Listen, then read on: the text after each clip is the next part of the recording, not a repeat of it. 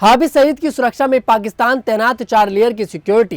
पाकिस्तान में बिगड़े हालात, आमने सामने आए पुलिस और सेना। भारत के डर से अमेरिका के सामने गिड़गिड़ाया पाकिस्तान। अमेरिका ने यूक्रेन को दी सैन्य मदद।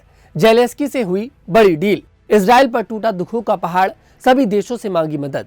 नमस्कार, मैं हूं तनुज दीक्षित और आप मेरे साथ देख रहे हैं द न्यूज 15। आप सभी का बहुत बहुत स्वागत है हमारे खास प्रोग्राम दुनिया के हालचाल में। दुनिया के हालचाल में आज इन बड़ी खबरों पर विस्तार से नजर डालते हैं। शुरुआत करते हैं पाकिस्तान को लेकर। भारत से जारी तनाव के बीच पाकिस्तान की सरकार, सेना और उसके पाले गए आतंकियों में भी खौफ का माहौल है। अब इस बात का खुलासा हो गया है कि पाकिस्तान के लश्कर तैयबा के चीफ आतंकी हाफिज सईद को कहां छिपा कर रखा है। पाकिस्तानी आर्मी ने भारत के हमले के डर से हाफिज को लाहौर में सिविलियन इलाके में छिपा कर रखा है। उसे लाहौर के मोहल्ला जोहर में छिपाया गया है, जहां पाकिस्तान सेना के स्पेशल सर्विस ग्रुप के पूर्व कमांडो उसकी 24 घंटे सुरक्षा में तैनात है। आतंकी हाफिज सईद कहने को अभी जेल में सजा काट रहा है। जेल के नाम पर उसे लाहौर में ऐसे घर में सुरक्षित पनाह दी गई है जिसके चारों तरफ मस्जिद, मदरसे और आम लोगों के घर हैं। हाफिज के मकान के 1 किलोमीटर के दायरे में गतिविधियों पर नजर रखने के लिए कंट्रोल रूम भी बनाया गया है। उधर पाकिस्तान ने आतंकी सरगना हाफिज सईद की सिक्योरिटी बढ़ा दी है। पाकिस्तान ने हाफिज सईद के घर के बाहर 4 लेयर सिक्योरिटी तैनात की है। उसे भारत के प्रहार से बचाया जा सके, इसलिए सिक्योरिटी तैनात की गई है। हाफिज सईद के घर के बाहर पाकिस्तान आर्मी के जवानों की तैनाती कर दी गई है। लश्कर चीफ के ठिकानों के 4 किलोमीटर के एरिया में सीसीटीवी लगाया गया है और पूरे इलाके की ड्रोन से निगरानी की जा रही है। जानकारी के मुताबिक लाहौर के जौहर टाउन इलाके में हाफिज सईद का ठिकाना है। वे जौहर टाउन के हाउस नंबर 116 ई में रहता है। यहाँ ड्रोन से नजर रखी जा रही है। पाकिस्तानी सैनिकों को हाफिज के ठिकाने के चारों ओर तैनात किया गया है। जब भी कोई उसके घर आता है तो पहले उसे बैरिकेड के पास रुकना होता है, जहां उसकी प्राइवेट सिक्योरिटी तैनात है। वहां उसकी चेकिंग होती है। फिर आगे घर के बाहर सिक्योरिटी पर्सनल तैनात है और उसके बाद वो हाफिज से मिल सकता है। पाकिस्तान में आतंकी सरगना हाफिज सईद का क्या कद है, पाकिस्तान की सरकार उसे कितनी सिक्योरिटी देकर रखती है, इसका अंदाजा आप इन्हीं बातों से लगा सकते हैं। वहीं जो पाकिस्तान भारत को गीदड़ भभकी देता है, वो पाकिस्तान अपने घर में अंदरूनी हालात सही नहीं कर पा रहा है। हालात ऐसे बन गए हैं कि फौज और पुलिस के बीच भी सरेआम भिड़ंत हो रही है। मामला खैबर पख्तूनख्वा प्रांत से है, जहां पाकिस्तानी फौज और पुलिसकर्मी आपस में भिड़ गए। खैबर पुलिस ने पाकिस्तानी आर्मी के जवानों को जमकर विरोध किया। पुलिस ने पाकिस्तान आर्मी के जवानों से कहा कि आपका जनरल भी आ जाए तो यहाँ कुछ नहीं कर सकता।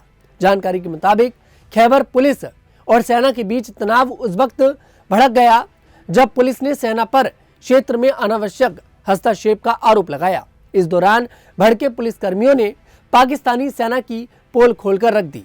वैसे देखा जाए तो यहाँ पुलिस और आर्मी के बीच तनाव पहले से चल रहा है। पुलिस ने सेना पर क्षेत्र में हस्तक्षेप और आतंकवाद विरोधी अभियानों में असफलता का आरोप लगाया है। यहाँ रहने वाले पश्तून भी सेना के खिलाफ हैं। जानकारों का मानना है कि यह टकराव सेना के खिलाफ बड़ी बगावत का कारण बन सकता है। वहीं भारत के संभावित हमले के डर से घबराए पाकिस्तान के प्रधानमंत्री शहबाज शरीफ ने अमेरिका से गुहार लगाई है।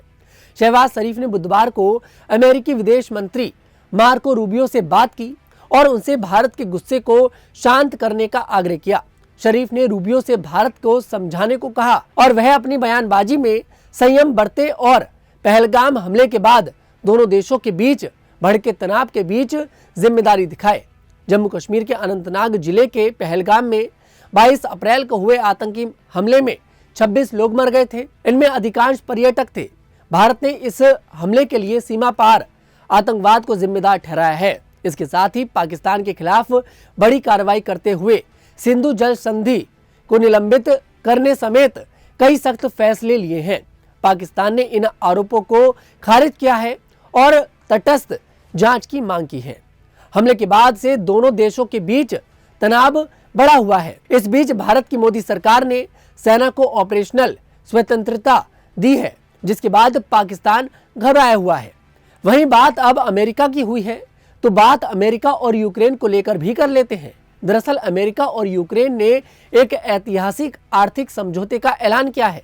इस समझौते के बाद से यूक्रेन को अमेरिकी सैन्य एवं आर्थिक मदद मिल सकेगी, लेकिन एवज में उसके खनिज संसाधनों तक अमेरिका की पहुंच सुनिश्चित हो सकेगी।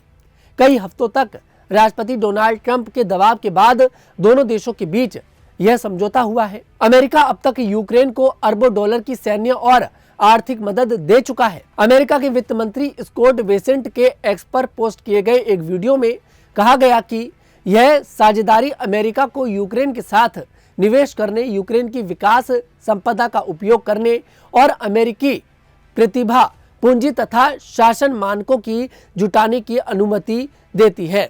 यूक्रेन के निवेश माहौल में सुधार करेंगे और आर्थिक सुधार को गति देंगे। देखने वाली बात यह है कि ऐलान ऐसे समय पर हुआ है जब ट्रंप रूस और यूक्रेन के बीच जंग को खत्म करने की कोशिश कर रहे हैं। ट्रंप इस लड़ाई के लंबा खिंचने से निराश भी हैं।